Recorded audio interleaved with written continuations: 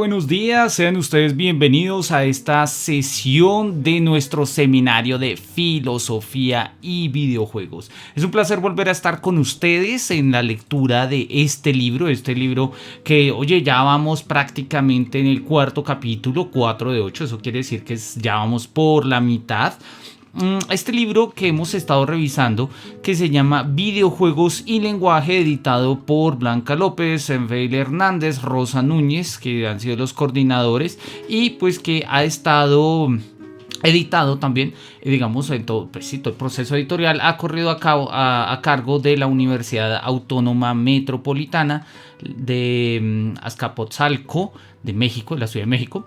Y bueno, ellos cordialmente nos habían invitado a participar en la redacción de este libro. Nosotros accedimos con muchísimo gusto. Y bueno, este es el trabajo que hemos estado desarrollando, ¿no?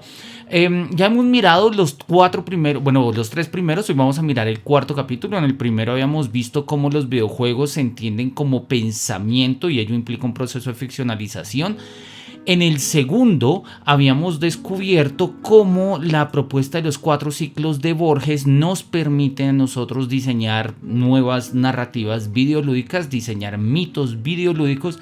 El capítulo anterior habíamos estado mirando los aportes de la narratología pues respecto a los videojuegos y habíamos concluido que los videojuegos se las llevan mejor en el ámbito cuando lo leemos bajo una lupa de la ficcionalización y la ficción que únicamente desde la perspectiva de lo que es la narración.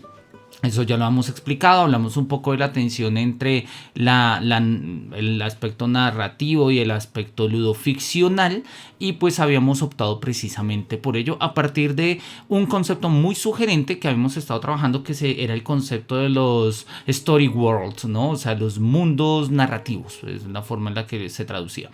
Hoy vamos a mirar el capítulo cuarto. El capítulo cuarto es un capítulo muy sugerente porque es un capítulo que tiene una perspectiva profundamente semiótica y entonces pues nos va a permitir abordar otra perspectiva, si bien en el mismo marco de pues digamos del aspecto de la narrativa, pero nos va a permitir abordar otra perspectiva, ¿no? Ahí tenemos un poco nuestra discusión, ludología versus narrativa, eso ya lo hemos visto antes, pero lo que en el artículo anterior era el núcleo del problema, acá es el punto de partida y vamos a mirarlo, ¿no?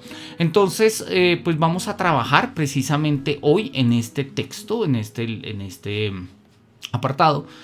Y pues bueno, ya con ello estaríamos llegando a la mitad de nuestro libro. Entonces, bien, vamos por ello, vamos hacia la página 103, que es donde arranca el libro, el artículo, perdón. Este apartado, este capítulo se llama Tetris, de la línea al signo. Y obviamente, pues vamos a hablar de Tetris. No obstante, a partir de unos ejemplos que el autor propone, vamos a darnos cuenta que no solamente aplica a Tetris, sino que aplica a muchos otros contextos, a muchos otros juegos, y pues nosotros vamos a vincular estas ideas a un juego que para mí ha sido muy importante, lo ha sido toda mi vida, que es Diablo 2. Sí, en su momento explicaremos por qué, justamente cuando tratemos la noción de signo experiencia, ¿no? Que es quizás como el concepto central de este capítulo. Bien, entonces arrancamos. En la introducción, el profesor Mauricio Rangel Jiménez nos dice lo siguiente, nos dice, mira, Tetris 99, que fue lanzado en el 2019, se lanzó en el 13 de febrero, ¿no? del 2019 en la consola de Nintendo Switch y que pues está enmarcado, sustentado en el juego clásico de Tetris. Creo que todos conocemos Tetris de una u otra manera. Sí, pero había una diferencia entre este Tetris 99 y el Tetris 1984. Básicamente en el Tetris 99 lo que nosotros jugamos era un Battle Royale de Tetris. Jugamos contra 99 personas en línea al mismo tiempo y conforme iban perdiendo, pues iban saliendo del juego. Otra de las diferencias respecto al juego original es que no había puntuación. Básicamente uno ganaba, uno perdía. El esquema básico del Battle Royale. Y entonces pues surge un poco la pregunta a propósito del típico juego de Tetris de cuál es el valor de Tetris dentro del mundo de los videojuegos. Tradicionalmente, ¿sí? Dentro de la discusión entre narratología y ludología se encontrarían clasificados como juegos no narrativos. Es decir, Tetris no tiene historia. Tetris lo que tiene es básicamente pues gameplay, ¿sí? Tiene aspecto ludológico, ¿sí? En el cual nosotros pues vamos desarrollando justamente pues lo que va pasando en el escenario. Todo lo que pasa en Tetris es culpa nuestra, ¿sí? Para bien y para mal. Bueno, salvo la disposición de las fichas que obedecen un poco al algoritmo en el cual las fichas son dispuestas, pero en términos generales todo lo que sucede en Tetris pues lo hacemos nosotros. Y ello implica que pues aparentemente no hay una perspectiva narrativa, no hay una perspectiva narrativa. Este debate ya se ha charlado hace mucho tiempo, pero bueno, vamos a mantener un poco la perspectiva, ¿no? No obstante, podemos darnos cuenta que es posible reconocer algunos aspectos, digamos, que discrepen de esta tensión entre ludología y narrativa para analizar Tetris, ¿sí? Entonces, en este sentido, desde el ámbito narrativo, nos vamos a centrar en este capítulo en las tesis de Beggy 2013. Sí, las tesis de Beggy 2013, sí, en un momento, acá están. Es un libro pues un artículo muy sugerente. Quisiera leer todo el libro, no lo tengo, he conseguido el artículo de Beggy, pero el libro no. Se llama Experiential Metaphors, es el artículo, así se llama el texto de Beggy. Y está ubicado, el libro se llama Abstract Games, the Transactions of the Digital Games Research Association, DIGRA. ¿Sí? Es un artículo, 30 páginas de la 1 a la 29. Y pues bueno, oye, la idea de metáforas experienciales es fundamental en este sentido, ¿no? Y siguiendo las tesis de Beggy, nosotros vamos a mirar dos conceptos, en sentido estricto tres, pero vamos a mirar cómo surge ese tercero, que es la noción de signo ficción y de signo reglas, ¿sí? Entender la ficción del videojuego como signo y entender las reglas del juego como signo. ¿Cómo vamos a trabajar eso? Bueno, primero pues tenemos nuestro marco teórico, que es el texto de Beggy, perfecto. Segundo, vamos a utilizar una metodología que nos sirva pues básicamente para captar información, para captar datos, y vamos a utilizar unas entrevistas semiestructuradas a 3 jugadores de Tetris 99 que cumplieran con la condición de haber ganado al menos en una ocasión frente a los otros 99 jugadores. Entonces tenemos la metodología, es esta metodología de una entrevista semiestructurada, como lo vamos a mirar. Tenemos un marco teórico claro, que es la propuesta semiótica de Beggy, que diferencia signo ficción y signo reglas, y que nos va a dar pie para trabajar una tercera noción que no lo había subrayado, que es el de signo experiencia, ¿no? Ahí están las tres, digamos, los 3 niveles semióticos que nos presenta Beggy. Y que, como habíamos dicho, pues el concepto de signo de experiencia va a ser fundamental y transversal para precisamente todo ello. Bien, tenemos acá un mensaje en el chat de Lisana252525. Dice: ¿algún autor que recomiendes que no sea de Europa, filosofía oriental? En Alemania te enseñaron algo de filosofía oriental. ¿Dirías que fue eurocentrista la universidad alemana? Bueno, no saco un poco el contexto, pero yo creo que, a ver, la noción de eurocentrismo como tal, al igual que todas nuestras nociones profundamente, digamos, etnocéntricas, ¿sí? Responden ciertamente y siempre responden a una perspectiva que nosotros tenemos respecto a lo que es válido en un contexto y lo que no es válido en otro contexto. Sí hay cierto eurocentrismo, en la filosofía alemana. Sin embargo, a mí me parece que ellos están más abiertos de lo que nosotros pensamos. Lo mismo por mi escasa experiencia en lo que pude ver en Italia, en Francia, en España y en Grecia, que fueron países que visité en contextos académicos también durante mi estancia en Europa. Me dio la impresión de que eran un poco más abiertos de lo que nosotros esperamos, no tan abiertos como nosotros deseáramos, ¿sí? La filosofía oriental, sí, pues hay de todo. Hay gente que está dedicada a la filosofía oriental, no solamente dedicada, existen muchos programas, en particular en Alemania, ¿sí? Programas dedicados al estudio del mundo oriental, ¿no? Se llaman estudios orientales. Eso es un programa como, pues no sé, como quien estudia acá en Latinoamérica, no sé, negocios, o como quien estudia trabajo social o fonoaudiología. Son carreras profesionales. Y pues digamos que no son extrañas. Bástenos simplemente citar un par de ejemplos. La mayor biblioteca de estudios latinoamericanos que existe en el mundo está en Berlín. Sí, incluso más que en México, más que en Bogotá, más que en Buenos Aires, ¿sí? El repositorio que tienen de estudios latinoamericanos, el mayor centro de estudios de repositorios latinoamericanos está allá. Entonces, repito, creo que es una cuestión de perspectiva. A veces quisiéramos que fueran más abiertos, no lo son tanto como esperamos, pero lo son más de lo que nosotros pensamos. Y sí, lo mismo, ellos tienen maestrías en estudios latinoamericanos. De hecho, en ese sentido, nosotros somos un poco más etnocéntricos. Nosotros tenemos más bien pocos estudios, por ejemplo, en estudios africanos. Nosotros no estudiamos eso. Los europeos sí lo estudian.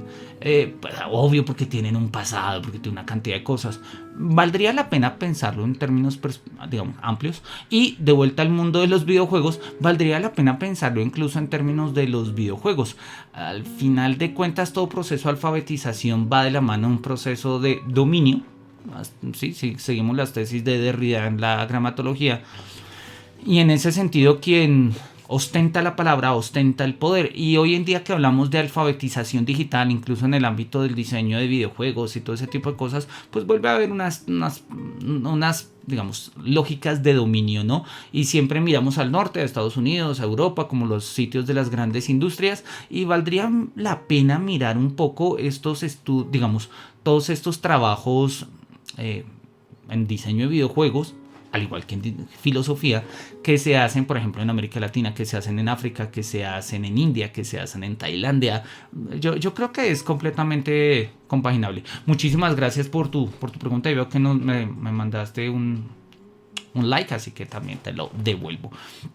Bien, devolvámonos entonces acá a la propuesta metodológica del trabajo. La propuesta metodológica del trabajo nos dice el profesor Rangel que va a utilizar algo que él básicamente se inventó hace 2 años, o en este momento justo cuando estaba escribiendo el texto, que se llama narrativa experiencial. ¿Y en qué consiste la narrativa experiencial? Pues básicamente consiste en la búsqueda de una línea narrativa a nivel del jugador y una línea narrativa a nivel del personaje que se interpreta dentro del juego de rol. Es decir, mostrar cómo la experiencia articula estas dos líneas narrativas. La experiencia de juego articula la narrativa del jugador y la narrativa del personaje, ¿no?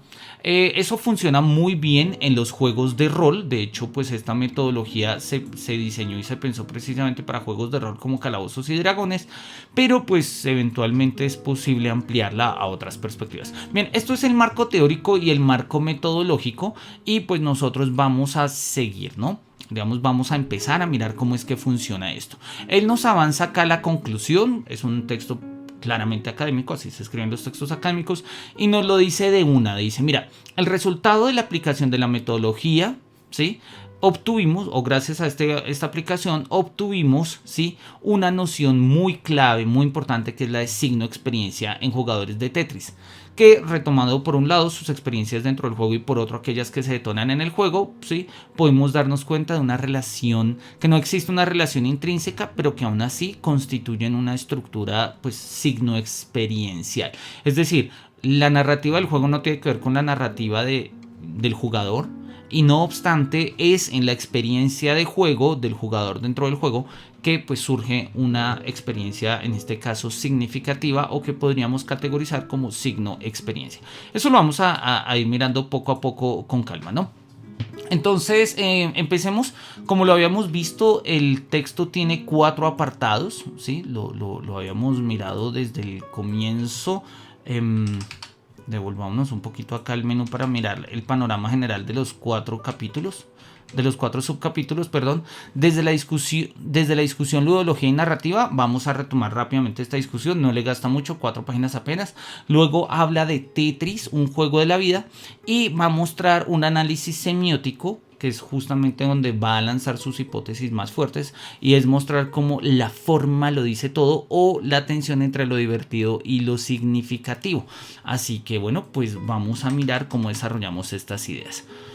Tetris ha destacado de entre muchos otros videojuegos por sus características como juego abstracto. Ryan, por allá en el 2001, decía: un juego como Tetris representa el grado más bajo de narratividad.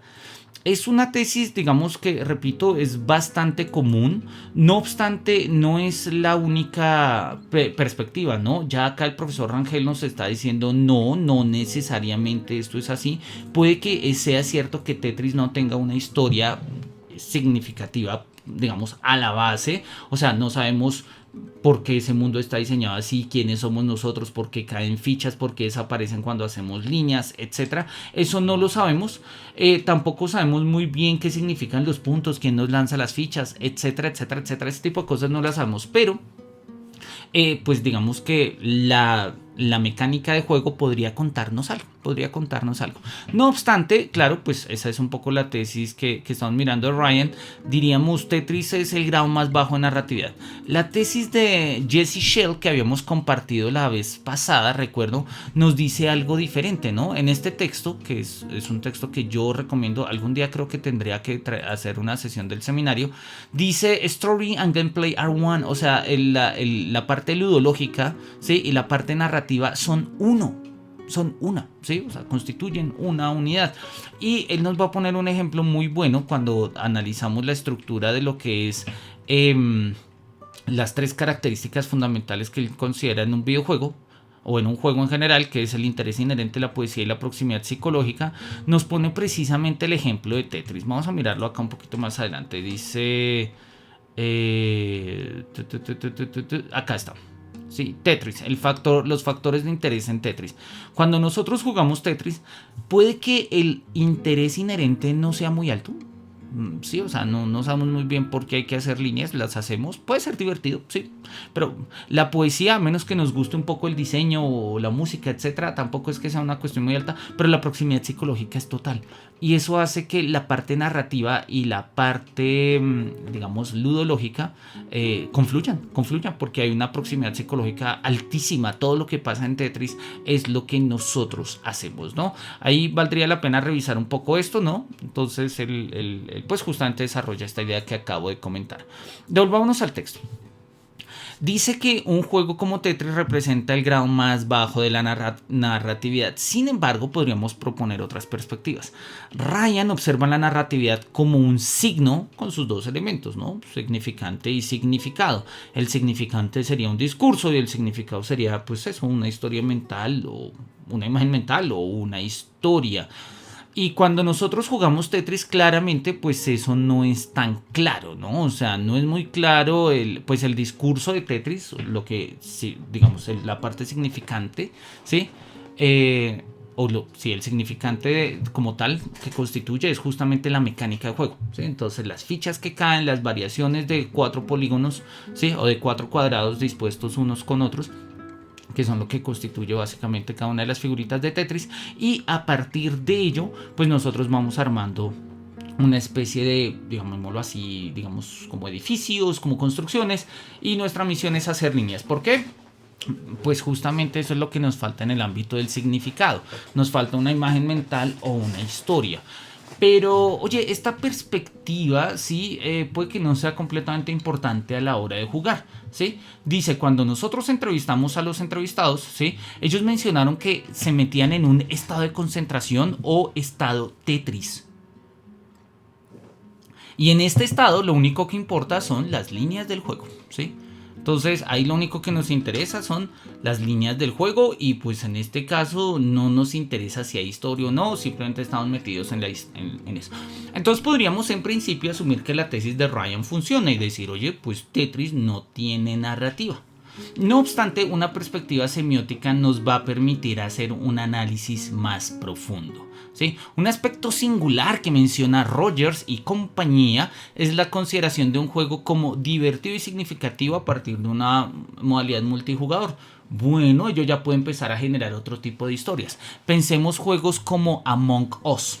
Cuando nosotros jugamos Among Us, ¿sí? Básicamente lo que nosotros podríamos jugar, digamos, cuando nosotros miramos, ¿sí? Es que la historia es elemental. Hay unos impostores y estos impostores están metidos en una nave, ¿sí? y como están metidos en una nave, pues van a matar a la tripulación. El juego como tal no tiene mayor historia porque hay impostores, porque está esta gente en una tripulación, porque la tripulación está en una nave, a dónde van, etcétera, etcétera, etcétera. Y simple y llanamente, pues aparecen como, no sé, están en una nave, punto. ¿Sí? Entonces, ¿cuál es la cuestión acá? La cuestión es que la historia se va tejiendo justamente a un nivel multijugador. Es posible, eso es perfectamente posible. Y pasó en Tetris 99. Y pasa también en, pues, digamos, en otras perspectivas o en otros contextos, como cuando nosotros, volvamos al ejemplo de Among Us, jugamos Among Us y hablamos al mismo tiempo por Discord con nuestros amigos o cosas por el estilo, ¿no? Dame un segundito, acá veo que hay algo en el chat. Dice Sofía 13 de marzo nos saluda. ¿Eres un pro o antisionista? ¿Has visto algún libro que sea pro-sionista y tenga marco teórico argumentos? ¿Cuál libro? Buen día, nos saluda Sirius Bear. Sirius Bear, vengo por tus videos de Elden. Oye, chévere, estoy por ahí pendiente también de escribir tengo la idea de escribir un libro de la filosofía de Elden Ring. No se va a llamar así, así se llamó el de la filosofía de Castlevania. Pero tengo, sí, una reflexión filosófica sobre Elden Ring, así que cualquier idea que nos puedas votar, chévere. Vamos a ver si lo escribo de pronto en vacaciones. Y sobre el texto de Sofía 13 de marzo, ¿eres pro o antisionista? Oye, pues en principio, digamos que si te soy sincero completamente, el sionismo nunca ha tenido un problema, o sea, nunca ha sido problemático para mí. No tengo, en la comunidad en la que vivo no es significativo. En el país acá en Bogotá tampoco la comunidad judía ha sido muy amplia y todo lo demás se ha pintado más en términos de teoría de la conspiración. Ahora, visto desde una perspectiva filosófica, soy pro diversidad humana. Estoy completamente a favor de las múltiples expresiones y variaciones de lo que es el ser humano en sus expresiones, manifestaciones, vidas, formas de vida y demás. Entonces, pues no tengo ningún problema con que hayan personas que pues se puedan declarar sionistas. Si entendemos el sionismo como un discurso excluyente, ¿sí? De solamente el pueblo de Dios es el pueblo que va a recibir la salvación y tales, creo que eso no correspondería a todo el mundo judío, sino justamente a un grupo específico de sionistas. Y pues ahí habría que aplicar la misma tesis que aplicaba ya en su momento Popper, que en el fondo hace eco de las tesis de Locke y de Voltaire a propósito de la tolerancia, y es tolerancia con los tolerantes e intolerancia con los intolerantes, porque la tolerancia con el intolerante implica la destrucción de la tolerancia. Es la tesis que aparece en Locke, que aparece en Popper y que aparece también en Voltaire, de una u otra manera, ¿no? Y sí, yo estoy completamente de acuerdo con esa idea. Yo creo que la tolerancia como virtud cívica, como forma elemental de convivencia, tiene un requisito previo elemental y es digamos, la posibilidad de que el otro también me tolere a mí. Entonces, repito, desconozco profundamente todas estas discusiones sionistas, antisionistas, porque pues no estoy un poco metido en todo el rollo. Pero creo que en tanto que expresión de una forma humana de cultura, de vida, de estilos, de hábitos, me parece bien. Creo que es complicado cuando pues ya se vuelve completamente, digamos, excluyente. Habría que mirar, repito, no tengo mucho conocimiento del tema del sionismo. Históricamente tampoco me ha interesado. Ya que me lo mencionas, valdría la pena echarle una mirada. Sirius nos dice que si tengo un libro de Castlevania. Sí, dame un segundito a ver si tengo uno por acá a la mano. Lo tengo acá. Sí, dame un segundito y te lo muestro.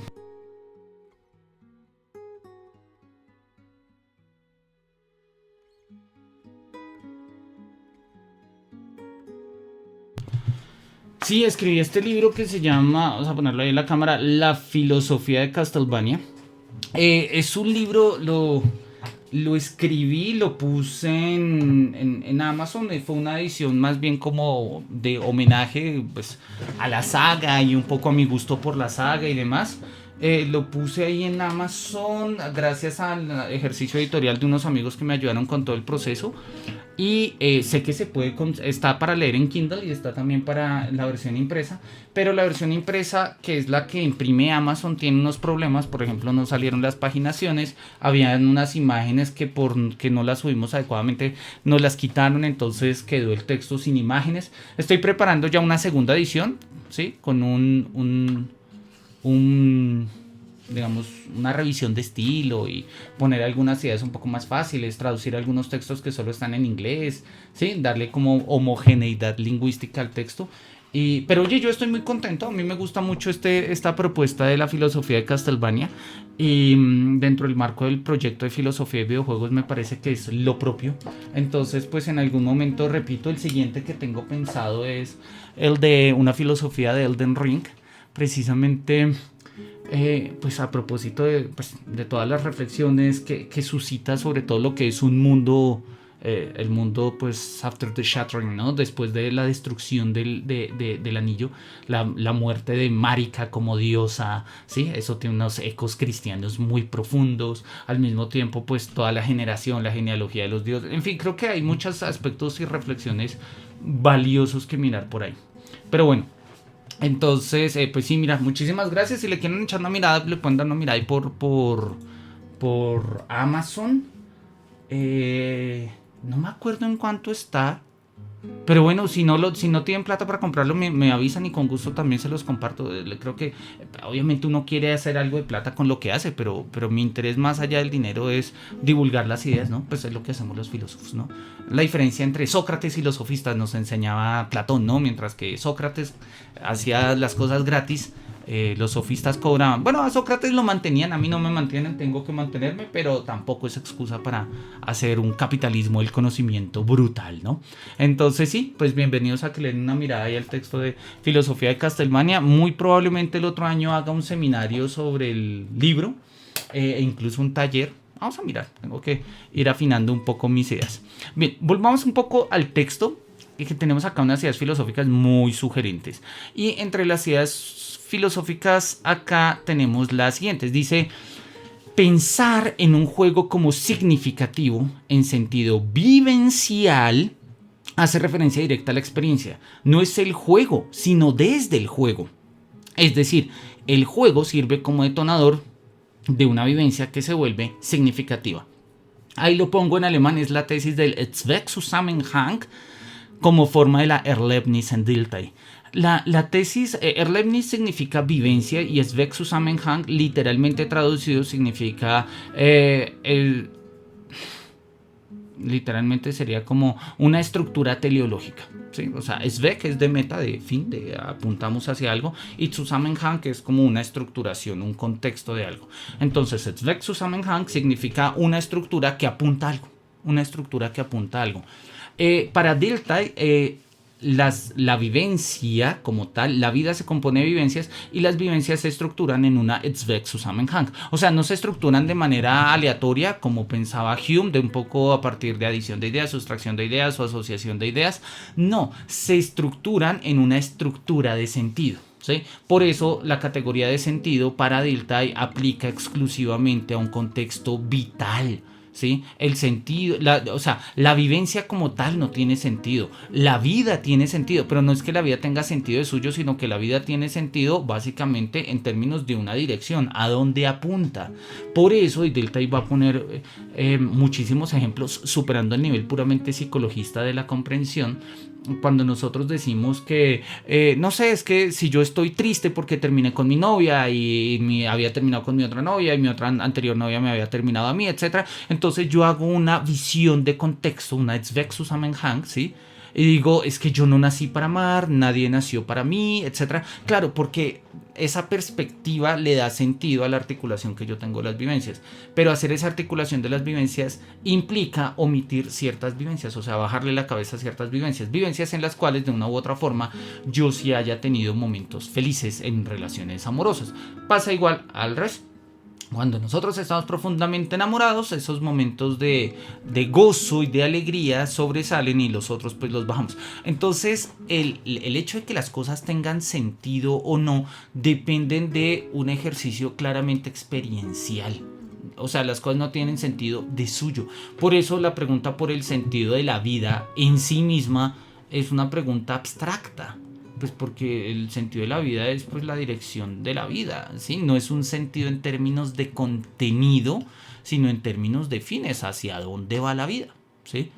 muy en español nosotros utilizamos esa expresión, ¿no? O sea, ¿en qué sentido va el tren? En el sentido, esa es la noción que está estableciendo un poco Dilthey cuando nosotros preguntamos un poco por la pregunta por el sentido, ¿no? Y aplica también de manera muy específica y puntual al caso de los videojuegos. Dice, un juego es significativo cuando hace referencia a la experiencia, no al juego, ¿sí? Desde el juego, sino desde el juego. O sea, el juego en sí mismo no es que tenga sentido o no tenga sentido, ¿sí? O no sea significativo o sea significativo. Eso se adquiere precisamente en la experiencia. Y esto es lo que nosotros podemos desarrollar a partir de lo que se llaman las metáforas experienciales, que nos permiten, gracias al análisis de los tres elementos semióticos, el signo ficción, el signo reglas y el signo experiencia, ¿sí? Tal como nos lo presenta Beggy en su texto, ¿no? ¿Qué significan cada uno de estos? Miremoslo rápidamente. El signo de ficción es lo que se relaciona en su operación como signo dentro de la ficción del juego, pues, elemental, ¿sí? Son aquellos elementos ficcionales que resultan significativos, ¿no? O sea, en Tetris, por ejemplo, van cayendo fichas, ¿sí? El signo reglas son pues justamente las formas en las que se utilizan esta ficción dentro del juego y cuáles son sus posibilidades y composibilidades. Pero la clave está justamente el signo experiencia, que se constituye a partir de la experiencia de juego y todo lo que implica para el jugador. Tenemos acá un ejemplo con Pokémon Go, pero me interesa mostrar un ejemplo con Tetris. Así que vamos a mostrar acá el ejemplo con Tetris. Miremos a ver si lo podemos hacer. Sí, acá está Tetris. Tenemos acá un emulador de Tetris. Entonces, bueno, realmente es un emulador de muchos juegos. Ahí tenemos Tetris clásico. No le voy a poner la música. No sé, por alguna razón el emulador no me emula la música.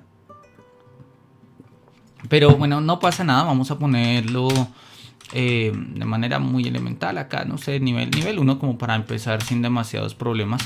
Y entonces pues nosotros tenemos acá, ¿sí?, la imagen de Tetris, ¿no? Cómo funciona Tetris. Entonces nosotros tenemos básicamente una serie de figuras que van cayendo y en la cual, pues a partir de las cuales nosotros tenemos que ir haciendo una serie de líneas. Eso es, de hecho, de eso se trata Tetris, ¿sí? Y uno dice, ok, entiendo la mecánica del juego, quizás no entiendo el porqué de la mecánica del juego. Es decir, cuando a nosotros, por ejemplo, en Assassin's Creed nos dicen mata, uno dice, pues sí, tiene pleno sentido porque somos asesinos. Pero hay juegos que pues omiten un poco esa consideración. Cuando nosotros jugamos, por ejemplo, sí, no sé, vamos a poner acá esto como simple y llanamente para ir generando algunos huecos que nos van a permitir explicar ciertas lógicas. Cuando nosotros jugamos otros juegos, por ejemplo Watch Dogs, ¿sí? En Watch Dogs nos dicen, no, matar es malo, pero luego el tipo se carga a todo el mundo en un edificio. Uno dice, pues, ¿no que era malo? Entonces, ¿de qué se trata realmente el juego? Cuando nosotros miramos de una u otra forma, y esto es lo que nos está diciendo el juego, cuando nosotros miramos juegos como Tetris, tenemos un signo ficción que corresponde justamente a esto. Nosotros estamos en el mundo de Tetris y en el mundo de Tetris el hecho de que caigan fichas tiene sentido, ¿sí? No sabemos muy bien a qué responde ese sentido, pero sabemos que caen fichas, ¿sí? Sin embargo, cuando nosotros pues, nos ponemos demasiado interrogativos al respecto, pues no logramos resolver con claridad por qué que nos están cayendo fichas. No obstante, el juego funciona y funciona justamente por lo que hemos llamado, ¿sí? Lo que hemos llamado signo regla. Nosotros conocemos las reglas del juego y como conocemos las reglas del juego, pues sabemos básicamente qué hay que hacer. Y entonces acá pues lo que hay que hacer es básicamente pues ¿sí?, hacer líneas, ¿sí? En este momento yo estoy dependiendo demasiado de una única ficha, ¿sí?, que es la famosísima roja, ¿sí?, que ahí viene. Y pues ella me va a permitir a mí hacer como un Tetris. Y un Tetris es básicamente cuando nosotros podemos, ¿sí?, resolver de una sola, pues, digamos, con una sola ficha, ¿sí?, más de una línea. O más, en general son 4 líneas cuando nosotros lo logramos. Entonces, en este sentido, nosotros jugamos Tetris. ¿Qué pasa acá con el signo experiencia? ¿Qué significa jugar Tetris? ¿Qué significa jugar Tetris? Y uno dice, oye, pues en principio no me lo había preguntado. Yo juego Tetris y punto, ¿sí? Y entonces lo que nos está diciendo el profesor Rangel es, oye, tal vez sí, no, tú, yo jugamos Tetris y punto, ¿sí? Pero no significa ello que no tenga ningún significado, quiere decir simplemente que hasta ahora no le hemos pensado qué significado puede tener, pero eventualmente lo tiene. Así que para hacerlo, ¿por qué no le preguntamos a las personas que son expertas jugando Tetris? Y para ello pues vamos a preguntarle a los duros de los duros, o sea, a todas aquellas personas que han ganado por lo menos, ¿sí?, un nivel de Tetris en Tetris 99, ¿sí? Esa competición de la que estamos hablando. ¿Por qué Tetris 99? Oye, pues porque fue la que estuvo en su momento, fue interesante, ¿sí? Nos resultó divertida y demás. ¿Listo? Acá nosotros, bueno, yo no soy el más pro jugando Tetris, pues tampoco es que sea demasiado manco, pero bueno, hay gente naturalmente que es muchísimo mejor, ¿sí? Acá nosotros podemos mirar, y es algo que vamos sobre lo cual vamos a volver. Todas las fichas de Tetris no son más que variaciones, digamos, de un mismo patrón. Si nosotros lo miramos, son básicamente figuras que tienen 4 cuadrados dispuestos de cierta manera. Y Tetris se compone justamente de las posibilidades totales de ello. Vamos a dejar el juego un poco ahí. Bueno, ahí salen bailando nuestros amigos rusos, ¿sí? Si tuviésemos la música de fondo, pues nos aparecerían ahí cantando. Vamos a ponerle pausa un momento. Y vamos a volver al texto y ahora después miramos de nuevo nuestro juego. El profesor Mauricio Rangel nos está insistiendo en que existe una dimensión, ¿sí?, de la experiencia de juego que nos permite a nosotros darle un sentido a un juego independientemente de que el juego carezca de un elemento narrativo, ¿sí? Y entonces dice, mira, regresando a Tetris, vamos a hablar de los 3 jugadores entrevistados, ¿sí? Y en este caso, pues hablamos de un jugador que se llama Diego 655-321, quien hace mención del juego Tetris Worlds, un juego de Tetris, una de las tantas versiones que salió en el 2001, que tenía, ¿sí?, la posibilidad de jugar Tetris con su música favorita ajena totalmente al juego, pero que le permitía utilizar un CD de música como complemento. Algo por el estilo a lo que pasaba en las versiones de computador de GTA. Cuando nosotros jugamos en computador Grand Theft Auto, usualmente podemos personalizar una emisora con las canciones que nosotros querramos, ¿sí? Y ello le da al juego una experiencia diferente. Porque si los jugamos en consolas, jugamos con la música que hay, bien o mal, ahí jugamos. Pero cuando jugamos con la música que nosotros queremos, pues es andar en un carro, andar en un vehículo, helicóptero, tanque, lo que sea, ¿sí?, con nuestra propia música. Y eso va generando una experiencia de juego diferente, ¿sí? La experiencia de juego adquirió otro tipo de representación para él. Y en el caso de la experiencia vivida por Diego, el signo experiencia se observa en 2 sentidos. Por un lado, sus canciones favoritas le recuerdan el momento significativo de Tetris, y por otro, la remembranza del juego, ¿sí?, se da con otros de sus amigos favoritos, uno de sus amigos favoritos, ¿sí? No por las posibilidades innatas dentro del gameplay del juego, sino por el contexto vivencial. Es que esa es la clave del signo experiencia, ¿sí? No es el juego en sí mismo, sino que tiene que ver justamente un nivel experiencial del juego. Alguna vez, metidos en una charla filosófica con unos amigos, un amigo que es diseñador de videojuegos, hacíamos la pregunta de si un videojuego, para ser videojuego, necesita ser jugado. Es decir, supongamos un videojuego que no se haya jugado, ¿podríamos llamarlo un videojuego?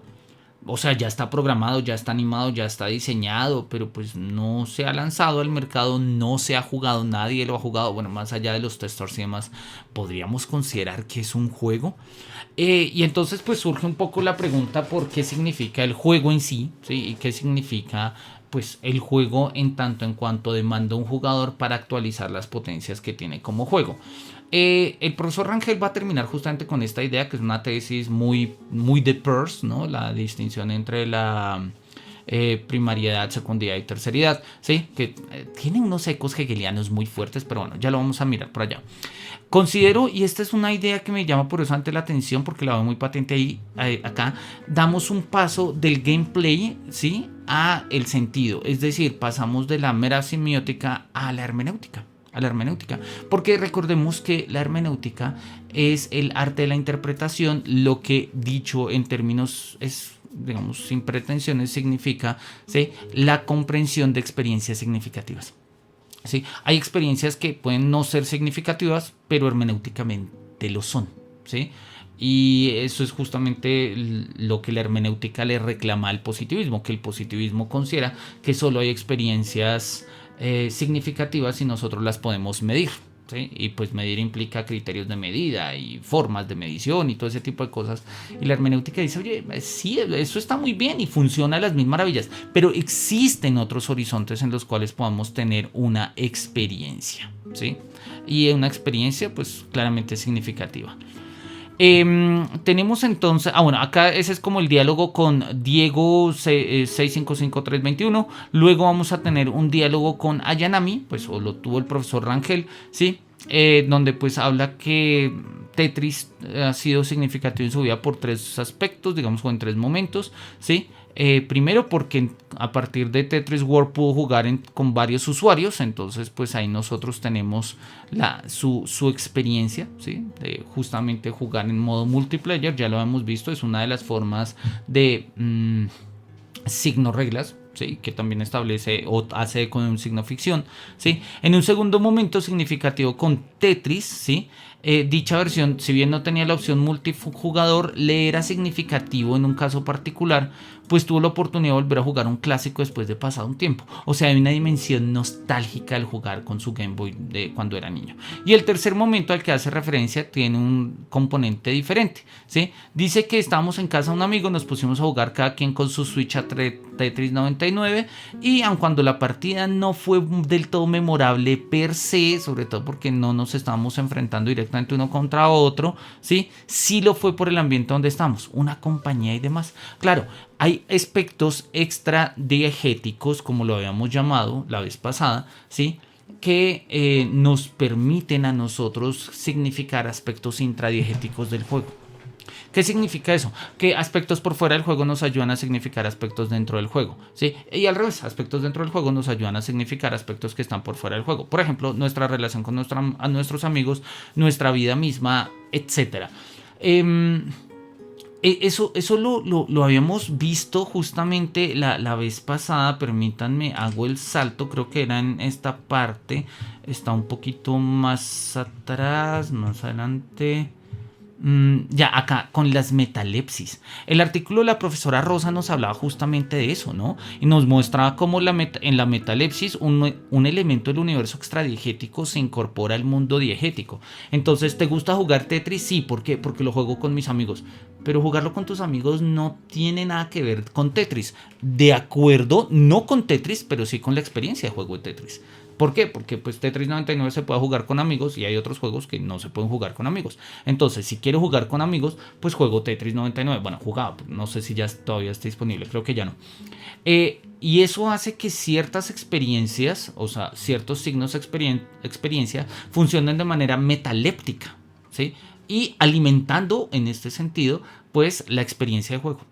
La experiencia de juego, entonces, repito, no obedece únicamente a cómo es que yo me relaciono con el juego de manera, o sea, con un control, pese a que el control es una dimensión metaléptica, algo de fuera del juego se mete en el mundo de juego. Si yo primo A salta, si yo primo X corre, etc.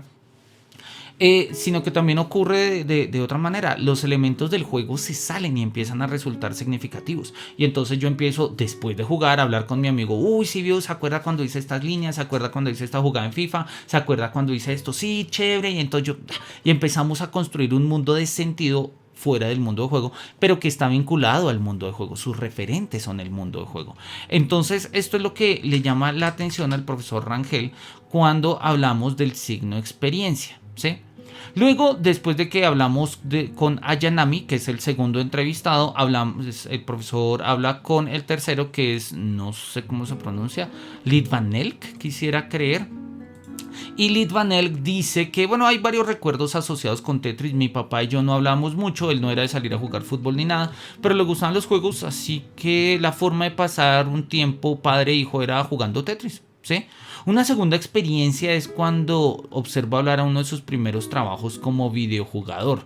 Cuenta que una vez fue a la farmacia donde iba a jugar, ¿sí? Donde habían esas arcades, acá en Colombia les decíamos maquinitas, ¿sí? Un family game. Y la persona en la farmacia, en vez de darle las 2 fichas que había comprado, le regaló 3, ¿sí?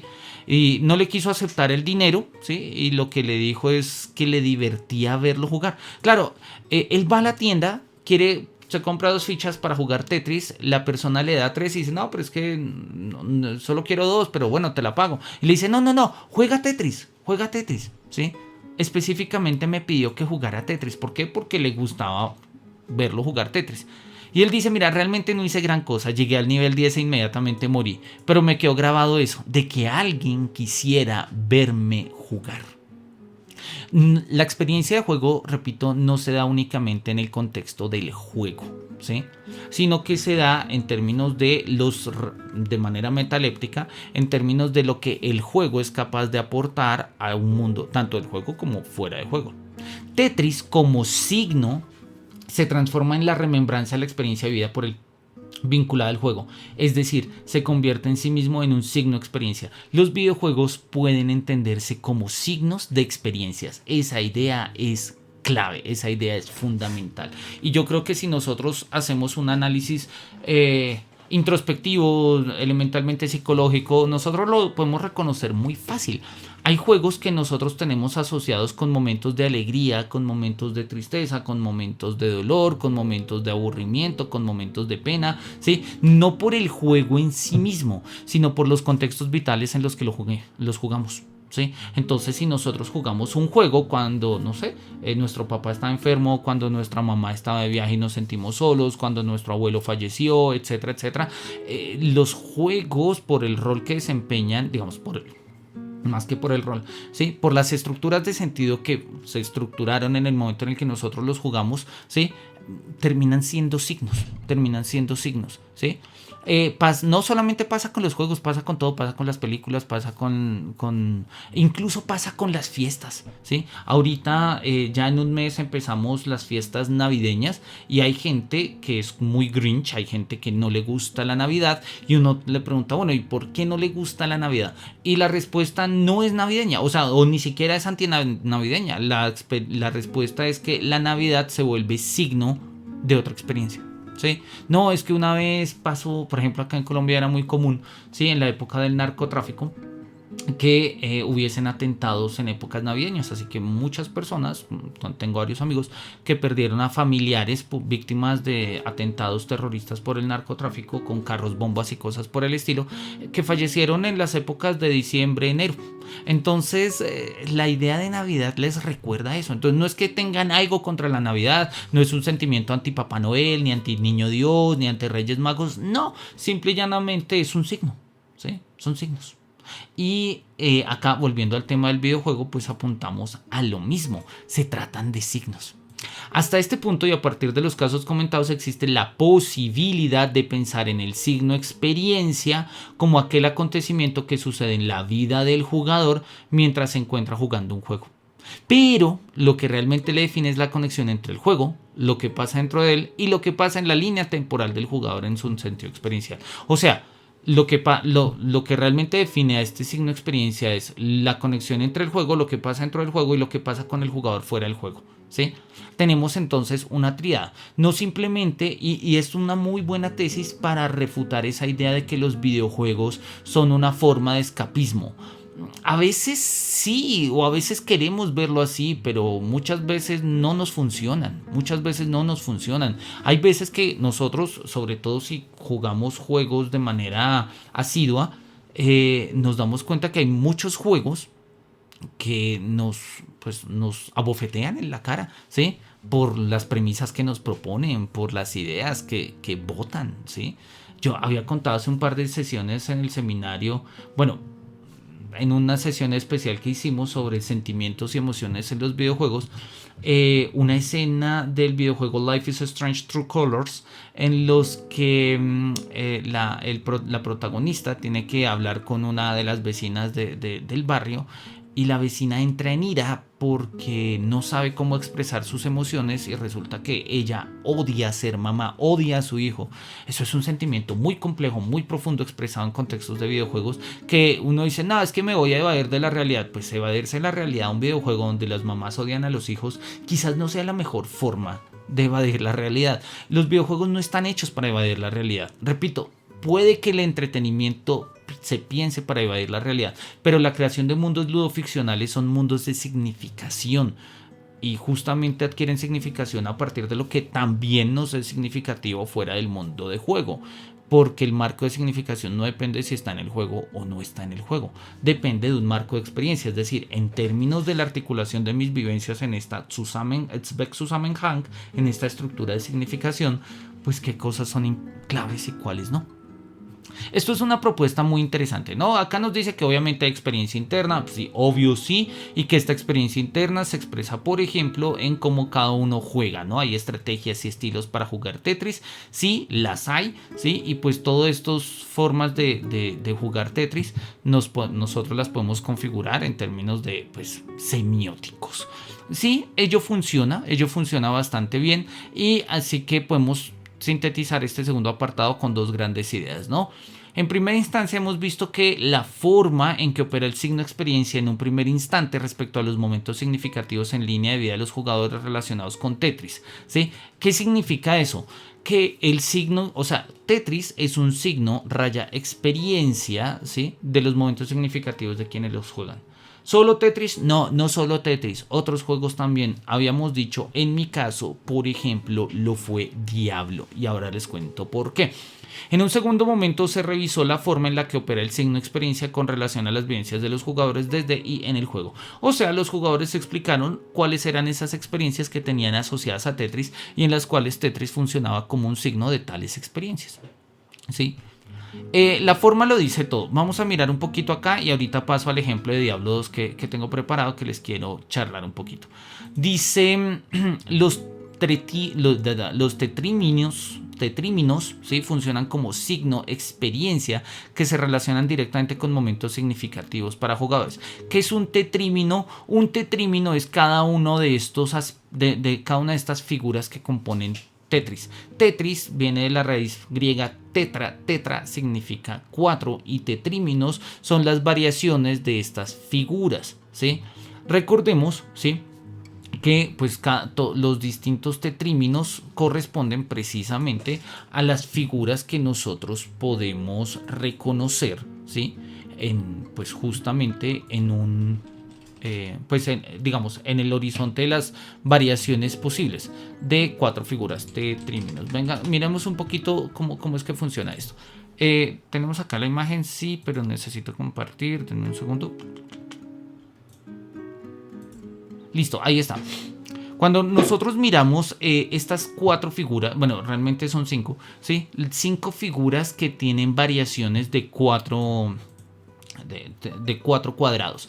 4 cuadrados dispuestos de manera, ¿sí?, conectada pueden generar estas 5 figuras. Una línea recta, un cuadrado, ¿sí?, algo que podríamos nosotros llamar una L, algo que podríamos llamar nosotros una S, una T. Nos faltan otros, ¿sí?, porque nos falta el que es también como acá lo tenemos, ¿sí?, de manera un poco ilustrado como con letras, y nos damos cuenta que no son 5 sino 7.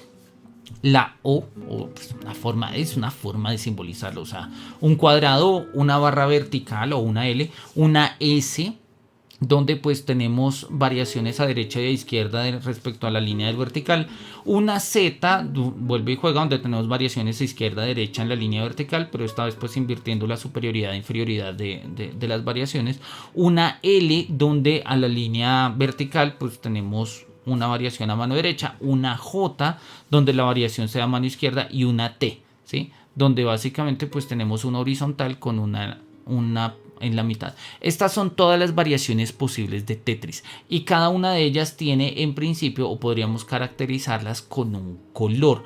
Esto dentro del juego es un signo regla. Sí, que ya habíamos visto que hace eco al signo ficción. O sea, signo ficción significa pues todo aquello que hay en un mundo ficcional. Entonces, estos son signo ficción, pero son signos reglas. Cada una de estas figuras funcionan a su manera y se articulan de distinta manera, pero pues funcionan a su manera. No obstante, y eso es lo llamativo, ¿sí? Estos signos regla, estos elementos, pueden entenderse y se entienden como un signo experiencia. ¿Sí? Volvamos a la idea. Cada uno de estos signos reglas se entienden también como signo experiencia. ¿Cómo es eso? Miremoslo de manera rápida y ahí paso a mostrar el ejemplo que quiero mostrar un poco acá en Diablo. Acá, el libro, listo. Dice: desde la perspectiva del signo experiencia, los tetríminos adquieren gran relevancia al momento de conformarse como elementos de semiosis relacionados con sus experiencias dentro y fuera del juego, aunque mantienen una estrecha relación con su vínculo como signos reglas. Caen en la conformación de experiencia a partir de la situación en el juego que se corresponde con el momento. Ejemplo, vamos a poner rápidamente acá nuevamente nuestro ejemplo de Tetris. Acá está nuestro emulador, ¿sí? Lo habíamos dejado en pausa, así que lo podemos quitar la pausa. En el momento en el que yo quito la pausa, viene un cuadrado y yo digo, el cuadrado no me sirve, no tengo dónde ponerlo. Y entonces luego me viene un L, ¿sí? Un J en este caso, y digo, pero tampoco es lo que necesito, ¿sí? Y luego me viene un T y yo digo, este sí me funciona, mira, lo puedo poner claramente acá. Claro, este tipo de ejercicios, tal como yo los estoy poniendo acá, hacen que las referencias, ¿sí? O sea, esto no sea simplemente una ficha, sino empieza a tener un sentido. Yo digo, pero justo me viene la barra ahora cuando no la necesito. Exacto, pero pues son variaciones de fichas. No se trata de si las necesito o no, son variaciones y ya está. No obstante, y eso es un poco lo interesante del juego de Tetris, ¿sí? Es que nos permite, o mejor dicho, nos muestra cómo es que nosotros empezamos a darle sentido a, pues, digamos, precisamente esto. O sea, precisamente le vamos dando sentido a fichas que eventualmente, pues, no tienen sentido de suyo. Estas fichas como fichas, simple y llanamente son, como estos tetríminos, como los habíamos llamado, simple y llanamente son signos regla, ¿sí? Entonces, pues, la L se pone de una manera, la vertical se pone de una manera, ¿sí? El cuadrado se pone de una manera. No hay demasiadas variaciones, es como funciona el juego. Y no obstante, yo a partir de estas consideraciones del juego puedo decir, ¿sí? Puedo tener, digamos, un nivel experiencial e incluso emocional, donde uno dice, no, voy a perder, pero es que yo sí soy muy manco. Y bueno, pues sí, muy manco sí, pero al final de cuentas responde a una experiencia. Uno dice, uy, no, mira, me salvé porque me vino la vertical, etc. ¿Qué significa esto? La vertical no es ningún símbolo de salvación. Simple y llanamente es una línea más de Tetris. Lo que pasa es que por nuestra forma de juego, por las estrategias que yo sigo de juego, pues básicamente obtengo ciertos resultados y no otros. Pero eso que se mueve en el mundo de reglas se constituye un ejercicio de experiencia. Y entonces alguien que me vea jugar dice, es una hueva, ¿cómo juega así? ¿Sí?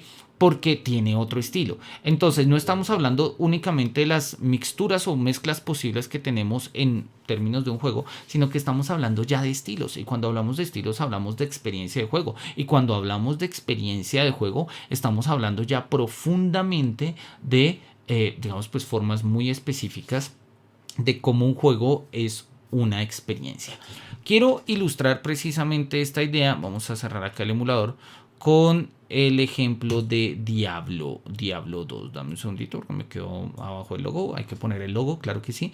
Y para poner esto necesito... no tengo el sonido. Denme un segundo. Tengo que prender el sonido. Listo. Tenemos ahí Diablo 2. ¿Por qué considero que esto se puede explicar desde Diablo 2? O por lo menos para mí. Entonces quiero mostrarlo. Vamos a Diablo 2. Vamos a volver al juego. Acá estoy jugando la versión de Diablo 2 Resurrected, ¿sí? Y vamos a ir un poco al primer al primer mundo, ¿no? Estoy jugando con mi hechicera. Siempre me ha gustado jugar con la hechicera en Diablo, desde que jugué Diablo 1 por allá en el 98. Acá estoy en los muelles de Kurast. He jugado también con otros personajes. El druida, el nigromante es genial. Me gusta también mucho la amazona. Entremos básicamente acá, puede ser al claustro exterior. ¿Sí? Cuando yo miro, bueno, y acá entonces uno puede hacerle zoom y podemos alternar entre la vista vieja o no, son las características propias de Diablo Resurrected, ¿sí? Cuando yo entro al juego puedo mirar cuáles son mis armas, ¿sí? Entonces mi arma, por ejemplo, es el tizón de luz de Eisenhart, ¿sí? Y tengo un escudo dorado que se llama el broquel, ¿sí? La coraza blindada de Eisenhart. Y entonces, como ya tengo dos de los elementos, ¿sí? Empiezo a tener un plus, una bonificación. En la espada tengo un más 115 de ataque y en la armadura tengo un más 46 de defensa. Uno dice, oye, si tienes esto así, ¿sí? ¿Por qué estás guardando, por ejemplo, estas botas o esto? Pues uno diría, pues bótalo. O ¿por qué tienes, por ejemplo, una vara de nigromante? ¿Sí? Cuando nosotros jugamos un juego, este juego, repito, todas estas armas simple y llanamente son signos, reglas. Yo puedo decir, no, es que por ejemplo, yo quiero utilizar esta... bueno, tengo acá un báculo, ¿sí? Que me permite aumentar los niveles de rayo. Entonces vamos a mirar si nos encontramos por ahí algún... Ahí están nuestros primeros incautos que van a morir bajo el rayo de la hechicera, ¿sí? La idea de este juego es un poco, pues, repito, tiene que ver mucho con esto. Tenemos un hacha grande y uno dice, es una hacha grande, es blanca, no es azul, azul es mágico, no es amarilla, amarilla es especial, no es dorada, dorada es única, no es verde, ¿sí? Verde es cuando nosotros tenemos un conjunto, como lo acabamos de mostrar. Entonces digo, la voy a dejar. Efectivamente, si nosotros cogemos el hacha, ¿sí? Y la cambiamos, ¿sí? Y dejamos ahí nuestro bastón, el hacha implica una mecánica de juego, ¿sí? O sea, es un signo regla. Pero este signo regla no depende únicamente del juego, sino también del jugador. Y yo digo, no, pues si yo juego como hechicera, lo que me gusta es lanzar hechizos. Y como este juego lanza hechizos, pues como este bastón me da para lanzar hechizos de rayo, pues los voy a electrocutar a todos porque así. Porque es justamente la mecánica de juego con la que me siento en este momento más cómodo, etcétera, etcétera, etcétera. Y eso empieza a configurar una serie de disposiciones, digamos, para mí. Por ejemplo, ¿sí? Entonces yo, gracias a estos poderes de rayo, me puedo teletransportar. Vamos a congelar ahí a nuestro amigo. Yo me puedo teletransportar. Y uno dice, oye, mira, en la parte de arriba, y esto no se veía en la parte antigua, ¿sí? En el modelo viejo del juego, llegaba yo a un escenario negro, ¿sí? Donde pues no había ninguna otra dirección que hacer. En el mundo actual tengo básicamente el techo del campamento de las arpías. Y yo digo, quiero teletransportarme allá, pues no puedo. Pero el hecho de que yo tenga la habilidad de teletransportación, que es una habilidad de rayos, si nosotros miramos acá ¿cómo es que se llama esto? El mapa de habilidades, ¿sí? O el árbol de habilidades, es como técnicamente se le conoce. Uno dice, oye, yo quisiera teletransportarme, pero no puedo teletransportarme. ¿Por qué no me puedo teletransportar? Porque el signo regla dice solamente te puedes teletransportar dentro del mapa del juego, ¿sí? Pese a que eso se vea ahí, eso no hace parte del juego. Y si nosotros contrastamos con la versión vieja, lo vemos. Ese escenario, ese techo donde está la arpía muerta, está por fuera del ámbito de juego. Entonces un poder como el de la teletransportación, tal como aparece en Diablo, o los poderes de rayo, o el uso del bastón, tal como aparecen en el juego, se van estableciendo como justamente un estilo de juego. Hay quienes dicen, no, a mí me gusta más el bárbaro porque yo juego más a 2 espadas o lo que sea. Chévere, a mí me gusta más la hechicera. Cambiamos de juego, jugamos Elden Ring, entonces yo jugué como profeta porque me encantan los poderes de fe, ¿sí? Hay otros que juegan como samuráis, hay otros que juegan con builds de fuerza. Existen muchas formas de jugar y esas formas de jugar se personalizan a partir de la experiencia de juego. Entonces, de la misma manera que para una persona jugar Tetris era esto o lo otro, para mí jugar Diablo pues es esto o lo otro.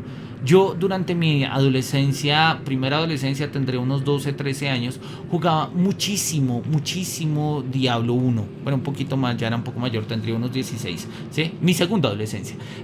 Jugaba Diablo 1 y cuando salió Diablo 2, yo ya tenía 19 años, pues empecé a jugar y lo tengo asociado a muchas de mis historias y de mis mitos personales, de mis narrativas personales, están ambientadas en esto, en este juego. Para mí se volvió como un relato fundacional de mis propias experiencias vitales y demás, ¿sí?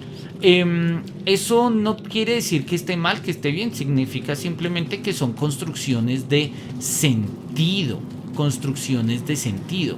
Y como son pues, construcciones de sentido, pues dependen justamente de los espacios de significación. Si yo voy a una entrevista de trabajo y empiezo a hablar de las habilidades de teletransportación de Diablo 2, pues me van a mirar raro y dicen este tipo friki, ¿sí? Fijo es otaku y furro, y no me van a parar atención, ¿sí? No me prestan la atención que yo quiero. Entonces son escenarios que no resultan significativos en una entrevista laboral, pese a que en mi experiencia vital sí lo sean.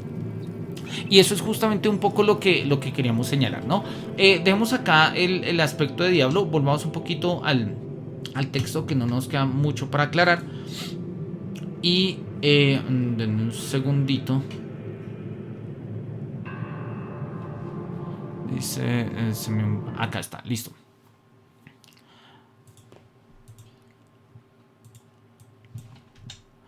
Y, ya entendí qué es lo que me pasó, pues que tengo, no le apagan la ventana. Dice Sofía de Marzo, ¿cuál es el video que piensas que trate mejor asuntos? Videojuego, valga la redundancia por la abreviación.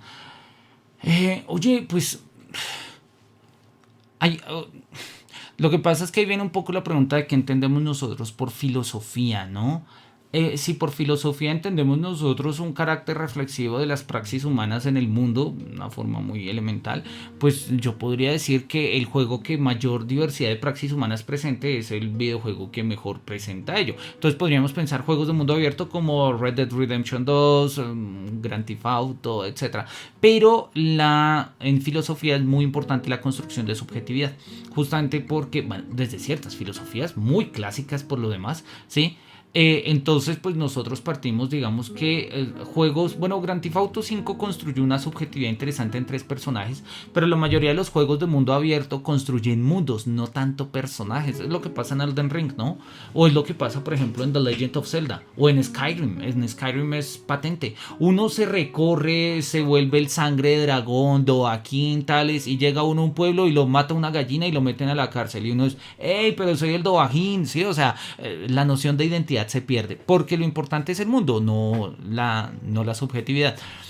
Yo creo que entonces en este sentido, al igual que en la filosofía, ¿sí? Se trata de pensar con lo que nos da que pensar. Hay un texto, me va a permitir compartirlo simple y llanamente para responder a esta pregunta. El texto se llama El final de la filosofía y la tarea del pensar, es de Heidegger. Y en ese texto, dame un segundito que lo tengo acá. En el texto del final de la filosofía y la tarea del pensar, no me lo cargo acá, bueno, pues abrámoslo desde acá.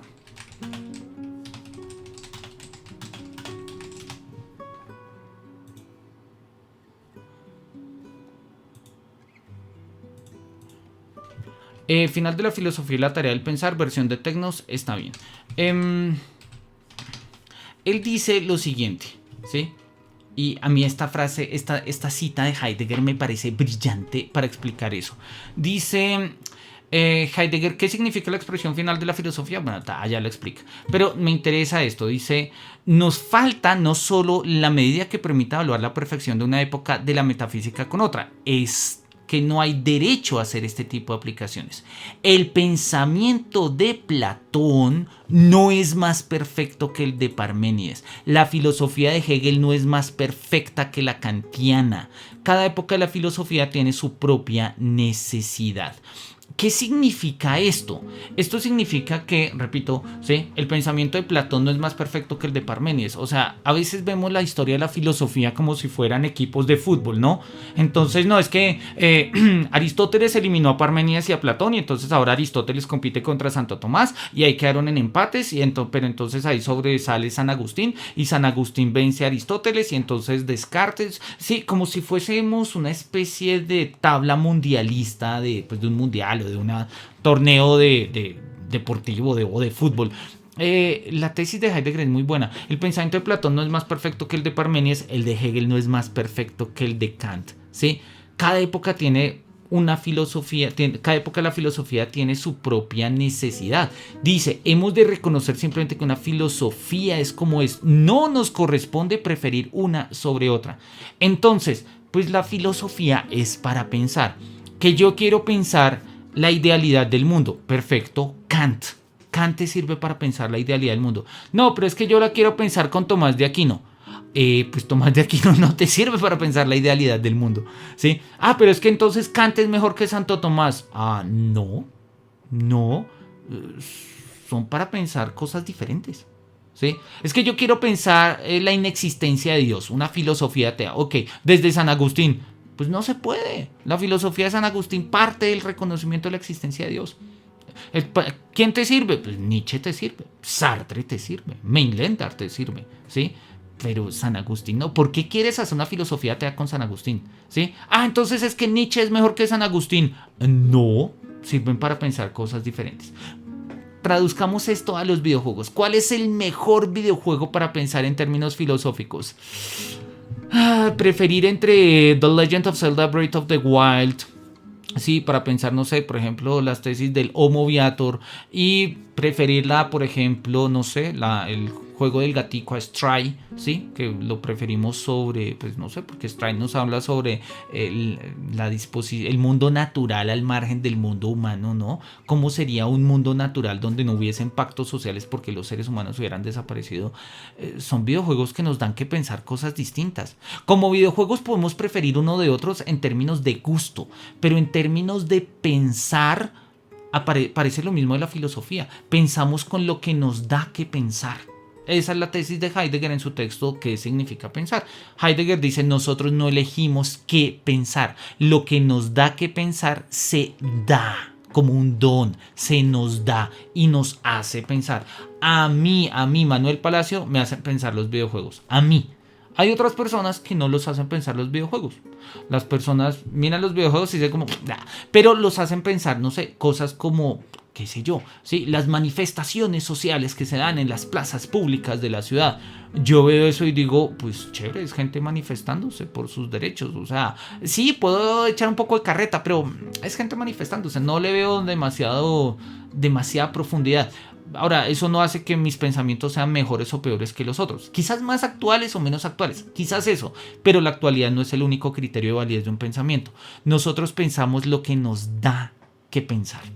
Y en este sentido, repito, yo no creo que haya un videojuego que pueda ser más filosófico, ¿sí?, que otro. Sino depende del filósofo que tan hábil es para pensar eso. Te pongo un ejemplo buenísimo, además que lo tratamos en la primera sesión del seminario de todos, o sea, cuando empezamos a leer el libro de Bosquejo para una metafísica del videojuego, nos apareció ahí. Y en el libro del profesor Joaquín Antonio Seabra Fraile, él empieza justamente haciendo una reflexión filosófica de Pac-Man, ¿sí? Entonces, acá. Dice, antes que nada, la boca. Una boca que come y no puede sino comer. Porque Pac-Man es la pura boca. Sin ojos, sin nariz, sin orejas, sin brazos ni piernas. No ve, no huele, no escucha. Solo es boca. Solo es la pura voracidad. Y si se mueve, lo hace únicamente en virtud de ese afán que le arrastra. De ese hambre del que es abstracción con forma de sprite animado. Pac-Man es el deseo reducido a sí mismo, el ansia de tragar. Y luego nos dice que esto es una tesis que podríamos reconstruir básicamente por acá al final, ¿sí?, desde la jauntología, ¿sí?, de Derrida y eventualmente desde las tesis de Deleuze, ¿sí? Y uno dice, oye, es Pac-Man. ¿Cómo podemos llegar con Pac-Man a una comprensión tan profunda? Sí, la verdad, yo he jugado Pac-Man, me gusta jugar Pac-Man de vez en cuando, pero nunca pensé que Pac-Man tuviera una comprensión filosófica tan profunda. No sé, pensaba que Pac-Man no era tan filosófico, que podría ser más filosófico, no sé, Mario Bros. Por la sucesión de los mundos, la diferencia entre los mundos, pero se trata de un filósofo hábil como el profesor Seabra Fraile, es capaz de reconocer en Pac-Man un quid filosófico profundo, ¿sí? Pac-Man no es más que el ansia, el deseo puro, la voracidad total encarnada que es perseguida por su propia culpa de tragar a partir de estos fantasmitas que lo persiguen en un laberinto, ¿sí? En el fondo Pac-Man, lo va a decir ahí, es la metáfora de la conciencia, ¿sí? La voracidad de nuestros deseos que se come todos nuestros pensamientos y que está aterrado únicamente por sus fantasmas. Y uno dice como, ok, wow, o sea, interesante. ¿Podemos hacer una filosofía de Pac-Man? Claro que se puede hacer una filosofía de Pac-Man. Técnicamente se puede hacer una filosofía de lo que nosotros filosóficamente estemos dispuestos a pensar con responsabilidad, rigor conceptual y demás. Lo que pasa es que pues no siempre lo hacemos y no siempre nos interesa. Entonces repito, yo creo que eso de cuál es el videojuego que trata mejor asuntos filosóficos depende más del filósofo que es capaz de pensar con videojuegos que del videojuego mismo. Obvio, hay videojuegos que dan que pensar, ¿sí? Si tú juegas Bright, ¿sí? Que mostramos la sesión pasada del seminario, donde tú eres Tim y puedes devolver el tiempo, pues Bright es un juego perfecto para pensar la temporalidad, perfecto, y puedes coger los 3 conceptos de temporalidad de Paul Ricoeur, por ejemplo, ¿sí? Y entonces los miras en los distintos niveles de Bright, y mira, y ahí tienes un artículo para escribir y para, chévere, funciona, pero eso no hace que Bright sea mejor que Pac-Man para pensar.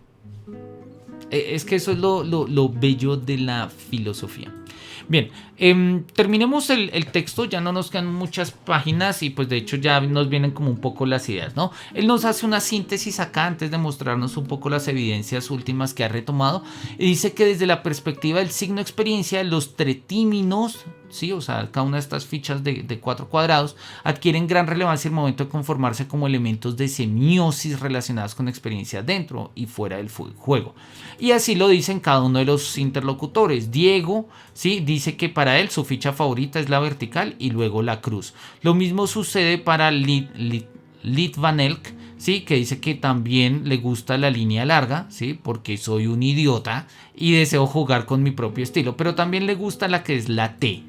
Ayanami dice no es, también la T sigue siendo su favorita, y entonces estas 3 perspectivas pues apuntan a lo mismo, que básicamente estos signos reglas como la T o la línea o como los poderes de teletransportación en Diablo o el muro de fuego o las espadas del Elden Ring o cualquier signo regla que haya, ¿sí? Empiezan a volverse signos experiencias. No son simplemente reglas dentro del juego, marcan formas de jugar, marcan una vinculación, digamos ¿sí? Un vínculo directo en este Zweckzusammenhang de significación, y pues hace que jugar un juego de una o de otra manera sean experiencias diferentes, ¿sí? Y por ello pues transitamos del signo regla al signo experiencia, que es de lo que hemos estado hablando todo este tipo de cosas, ¿no? Ya lo hemos dicho, la experiencia no es atómica, surge como una Zusammenhang. No se trata de que estos signos reglas, ¿sí? La espada, el poder, la ficha en cruz o la ficha vertical sean aspectos aislados, hacen parte de un sentido, digamos, de un Zusammenhang, de un contexto en el cual ello adquiere sentido, valor y experiencia, y a partir de ello pues nosotros podemos categorizar entre eso, ¿sí? Cuáles son nuestras armas favoritas, y nuestras armas favoritas hablan acerca de nuestra forma, pues digamos, de nuestra experiencia de juego. Hace poco salió un video ahí denme un segundo, en YouTube, dice, ¿cómo era que se llamaba? Algo así como dime cómo juegas y te diré qué tipo de personalidad eres, o algo así como era un juego. Ah, mira, acá está. Dice, compartamos simplemente la imagen para verlo. Dice, acá. Dice, tu manera de jugar dice mucho de tu personalidad. Sí, pues justamente por eso. Salió hace 4 días ahí en PC Gaming. Sí, más abajo en PC Gaming, es un video, de hecho parece ser como un video reciclado hace 5 meses. Sí, así es como tu personalidad define las cosas que juegas. Eres lo que juegas. Sí, sí, completamente de acuerdo. Precisamente por la tesis del signo experiencia. Precisamente por ello. Porque no, lo que nosotros somos queda o se atraviesa en el marco de los videojuegos, ¿sí? Adquiere significación en ellos, pero esa significación no se queda en el acto de jugar, sino que hace parte de la experiencia misma de nuestra vida misma. ¿Sí? Entonces eso es como digamos, lo clave en este sentido. Él pone otros ejemplos acá de Pokémon Go, me los voy a saltar porque pues ya teníamos otros ejemplos, ¿sí? Y termina con la consideración de, bueno, divertido o significativo. Yo insisto en que no tendría por qué ser una disyunción, no es que o sea divertido o sea significativo, la diversión es profundamente significativa y él lo reconoce. Lo que pasa es que pues lo va a mirar acá, ¿no? Él dice, oye, Diego dice, me gusta el Tetris, es divertido por la simplicidad, porque puedo jugar 3 horas o 2 minutos, ¿sí? Ayanami dice que el juego o el gameplay de Tetris es lo más divertido. Litvanel dice que más bien lo que a él le divierte, ¿sí? Es que pues él puede construir cosas y encontrar patrones y como a él le ha divertido eso, pues Tetris es divertido. Sí, podríamos pensarlo. Justamente nosotros solemos tener ciertas formas o ¿cómo lo diríamos? Ciertos géneros favoritos. A mí en lo personal me gustan mucho los juegos de aventura, me encantan los juegos de aventuras, ¿sí? Juegos, sobre todo aventuras en tercera persona, entonces todo lo que tenga que ver con, no sé, juegos como Assassin's Creed, Prince of Persia, juegos como incluso todos los de From Software también, sí, estos juegos de aventuras me gustan, sí, y eso habla de lo que para mí es significativo. Hay quienes les gustan los simuladores y juegan Forza y juegan Need for Speed y demás, yo los juego pero no es lo que más me gusta. Esas experiencias de juego son distintas. ¿Sí? La manera en la que nosotros vamos construyendo significación no va de la mano de la diversión, sino va de la mano de un Zusammenhang, o sea, de la mano de una conexión de experiencias dentro de lo cual esto se encuentra como divertido. No hay algo que sea lo divertido en sí. Lo divertido siempre está subordinado a la experiencia de juego, ¿sí? Y por ello, ¿sí? Es justamente clave e importante decirlo acá, que el gameplay es lo considerado como el elemento que se categoriza como lo divertido. No, el juego no es lo divertido, lo que hace divertido es justamente el acto de jugar el juego, ¿sí? Y hay contextos donde algo puede ser divertido y pues donde algo puede no ser divertido. Incluso eso tiene unas determinaciones culturales, morales, religiosas incluso, ¿sí? De hasta qué punto puede ser divertido algo o no. Pensemos un juego, ya este caso ya lo había contado en algún momento. Yo tengo un amigo muy animalista, muy ecologista y demás. Y le gustan mucho los videojuegos y estábamos alguna vez empezamos a jugar Assassin's Creed 3 y al comienzo de Assassin's Creed 3 hay que matar a unos animales porque pues oye, tú eres parte de una tribu indígena, ¿sí? Norteamericana y pues parte de su vida con el entorno es pues sacar los recursos de los animales. Y él quedó en shock, dijo, no puedo, no puedo matar lobos y cervatillos, y no puedo y no quiero. Y no voy a jugar Assassin's Creed 3. Le gusta la saga, pero le parece que no tiene por qué matar eso. ¿Sí? No tiene por qué. Y uno dice, no, pero oye, son bytes, o sea, son gráficas, no estás matando ningún animal. Dice, no, en el orden de mi representación, esto no va. ¿Sí? Entonces lo divertido no siempre tiene que ver únicamente, repito, con el juego en sí mismo ni con el signo regla, sino sobre todo con el signo experiencia, cómo esto impacta, ¿sí? Hoy en día podemos jugar cosas y escandalizarnos de ellas porque resultan, no sé, racistas, clasistas, fascistas, cosas que hace 20 años, 30 años podríamos jugar y resultaban, oye, pues era lo que se jugaba, ¿no? Pensemos, quizás en los videojuegos no ha impactado tanto como en las películas infantiles de Disney, por ejemplo. Bien, él va a terminar acá básicamente con, bueno, ahí nos cuenta qué es lo que para Livanel, que es lo divertido y lo significativo, ¿sí? Y dice que es justamente son las vivencias relacionadas, pero no es directamente el juego.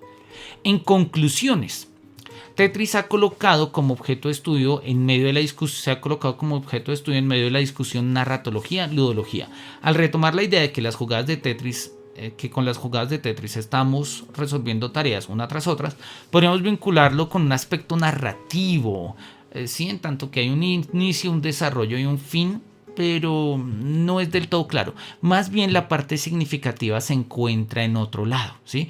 Una serie de significaciones relacionadas con la experiencia en y desde el juego. O sea, el signo experiencia se entiende como vivencia. Como vivencia. Y acá, y esto es clave, y esto es fundamental y profundamente filosófico, solo que pues acá quedó como una idea en las conclusiones y valdría la pena profundizar, dice el profesor Rangel. La experiencia que se genera dentro del juego se puede llegar a conformar en los jugadores, ¿sí? Lo que Baggy llama signo reglas. Sin embargo, el signo experiencia se constituye un paso antes, pero al mismo tiempo es un paso después, es un cúmulo de experiencias. O sea, el signo de experiencias está antes del signo reglas, pero también se construye a partir del signo reglas. ¿Cómo así? Esto es una idea que va a profundizar muy claramente Husserl y luego Dilthey y posteriormente Gadamer, y hoy en día, digamos, todas las filosofías de la experiencia lo reconocen, y es que antes de la experiencia está la experiencia. ¿Qué significa eso? ¿Sí? Nosotros no partimos, no existe la experiencia cero. ¿Sí? No existe la experiencia cero. Una experiencia cero sería simple y llanamente incomprensible. Nosotros siempre comprendemos lo nuevo a partir de lo conocido. ¿Eso qué quiere decir? Que pues por muy nuevo que sea algo, tiene que tener algo conocido. Algo. Entonces voy a aprender otro idioma, voy a aprender alemán. Y uno dice, listo, es un idioma completamente nuevo para mí, supongamos, no conozco nada, pero reconozco algo, por lo menos sus letras. ¿Sí? Esa es una A, esa es una Z, esa es una K. No, pero entonces nos cambiamos a otro idioma, cambiamos incluso de sistema, no voy a aprender alemán, voy a aprender chino, ¿sí? Donde ni siquiera esto son letras, sino que son grafemas y corresponden a sílabas, etc. Y entonces yo digo, ok, pero entiendo que es la forma escrita de un idioma. O sea, por muy novedoso que sea, si algo quiere comprender, si queremos comprender algo, tiene que tener un nivel de elemental, así sea elemental, de conocimiento. O sea, tenemos que saber de qué va. Algo completamente nuevo, no sé, un idioma de un extraterrestre que no compartimos ningún fonema, no compartimos ningún grafema, ¿sí? Incluso su espectro de pronunciación y articulación fonética no corresponde con nuestro oído. O sea, no lo podemos escuchar cuando lo hablan. Pues no sé de qué me están hablando. Es una indeterminación absoluta. No sé. No puedo determinarlo con nada. Esa es una tesis, repito, que ya venía con Husserl desde su texto de Experiencia y Juicio. Siempre antes de un juicio hay una experiencia, va a insistir él, ¿sí? Y no solamente de juicios morales, sino de juicios cognitivos y demás. Y la tesis es, repito, va a encontrar su eco en otras filosofías. Dilthey va a considerarlo en este mismo sentido. Y acá aparece otra vez, ¿sí? El signo experiencia se constituye un paso antes. Las reglas tienen sentido en el marco de una experiencia, pero el uso de esas reglas en el marco de una experiencia nos permiten que las experiencias futuras se vuelvan un cúmulo, ¿sí? En esta estructura de sentido, en esta Zweckzusammenhang, ¿sí? Es una idea muy sugerente. Termina él diciendo que, bueno, en otras palabras, lo relevante es lograr identificar y comprender que al jugar Tetris se genera una serie de significaciones que recaen desde el inicio y a la larga en la conformación del signo de experiencia. Ahora, no solo jugando Tetris, cuando jugamos otras cosas, lo acabamos de ver jugando Diablo o jugando Mario o jugando cualquier cosa, podemos tener también estos signos de experiencias. Lo que pasa es que pues el juego se ha centrado en Tetris y pues los entrevistados, que fue la metodología de trabajo, fueron entrevistados sobre el juego de Tetris. Entonces pues la conclusión se habla en términos de Tetris. Finalmente, este ejercicio de identificar la forma en que se constituye el signo experiencia es un punto de partida para desarrollar una herramienta más de análisis de fenómenos vinculados a los juegos. Esta es una idea muy potente porque nos muestra que la idea de signo experiencia no solamente es un concepto, digamos, para que nos está explicando lo que nos está explicando acá, sino que nos sirve metodológicamente para seguir pensando en otros contextos, otros juegos. Y esto es valiosísimo, Así que desde el punto de vista de la narratología se convierte en un parámetro de análisis de la forma en la que se vive la experiencia y no en la forma en la que se desarrolla el relato. Y mientras que del punto de vista lúdico y de diseño, la forma en la que recae la experiencia del juego como significación en el jugador. Así que esta noción de signo experiencia se vuelve altísimamente útil cuando vamos a hablar de videojuegos. ¿Listo? El texto termina ahí. ¿Sí? Ya ahí pues viene la bibliografía, como ya habíamos hablado del texto de Beggy, que es un texto muy sugerente, el texto del profesor Rangel, donde nos cuenta cómo es esto de la narrativa experiencial. Ahí está la dirección en el publicado, es un texto que vale la pena que revisemos en algún momento. Sí, hay otros textos muy sugerentes, los juegos citados, en fin.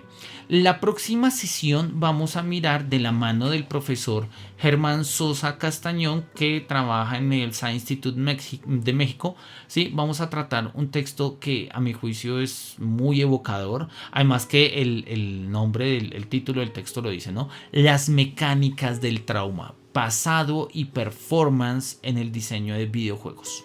Entonces la próxima semana vamos a hablar allá un poco de los juegos que nos han traumatizado, ¿sí? Y aquellos con los cuales pues de una u otra forma nosotros hemos lidiado incluso con nuestros traumas, ¿no? Por mi parte no es más. En la sesión de hoy quiero despedirme de ustedes, pues justamente agradeciéndoles toda su atención, ¿sí? Acá desde las profundidades del infierno en Diablo. Bueno, acá no estamos en las profundidades del infierno, acá estamos simplemente en las profundidades del monasterio, donde ya Diablo ha hecho un poco de las suyas, ¿sí? Y pues entonces nos vamos a poner acá al lado de esta estatua, ¿sí? Para hacer un pequeño zoom y despedirnos. Quizás está un poco mejor en la versión antigua. Creo que por lo menos en la versión antigua se le nota que la estatua tenía una cara humana. Acá parece que es una capota y no se ve muy bien. Pero bueno, son cosas, son pequeños signos, reglas, signos, experiencias de los videojuegos. Por mi parte no es más, no me resta sino desearles a ustedes lo mejor. Una feliz semana. Que los cielos nos miren con su beneplácito y nos vemos la próxima sesión. Se cuidan.